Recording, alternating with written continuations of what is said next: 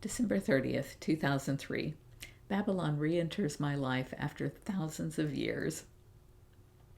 I don't know the day Babylon turned up in my life for certain, but it was sometime in 2003, 2004. This photo was more like 2017. We were remodeling the old gift shop by taking the remaining offices and turning them into display space. That meant Babylon couldn't stay in the office any longer. I didn't have any office space that wasn't in the middle of all that chaos, so he needed to find a new home.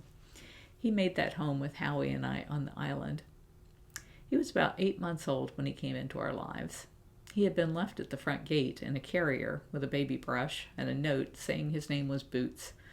He was dying from crystals blocking his urethra, and staff had taken him to the vet for emergency care. He was so near death that he was allowing our keepers to give him IV fluids as he laid motionless on the desk. He got his name because the first time I saw him, I exclaimed out loud, "I haven't seen you since Babylon." Everyone in the room turned to look at me, wondering what the hell that outburst was about. I didn't care. I was just so happy to see my precious soulmate all these eons later. He was laying on the corner of a desk with an IV hanging from above, giving him fluids.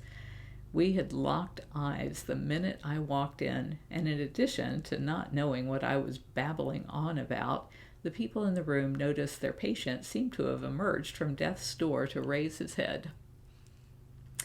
I've had this print of a big cat leaning into the blonde since the 90s, and it is exactly the way Babylon would always sit with me. Note the cat's paws wrapped around her hand. Babylon would lean deep into me as if to become one with me. He would often reach up and stroke my face gently with his polydactyl paws. He did the same with Howie, but no one else. Little history about Babylon. Babylon had its last moment of fame under Nebuchadnezzar II. He ruled from 6005 till 562. From 605 to 562 BC, who aimed to force Egypt out of Palestine and Syria. He broke into Judah several times, seized Jerusalem, and dragged the local people off. But Nebuchadnezzar II had only weak successors, and the empire declined gradually after his death, till Persian Cyrus conquered Babylon without fighting.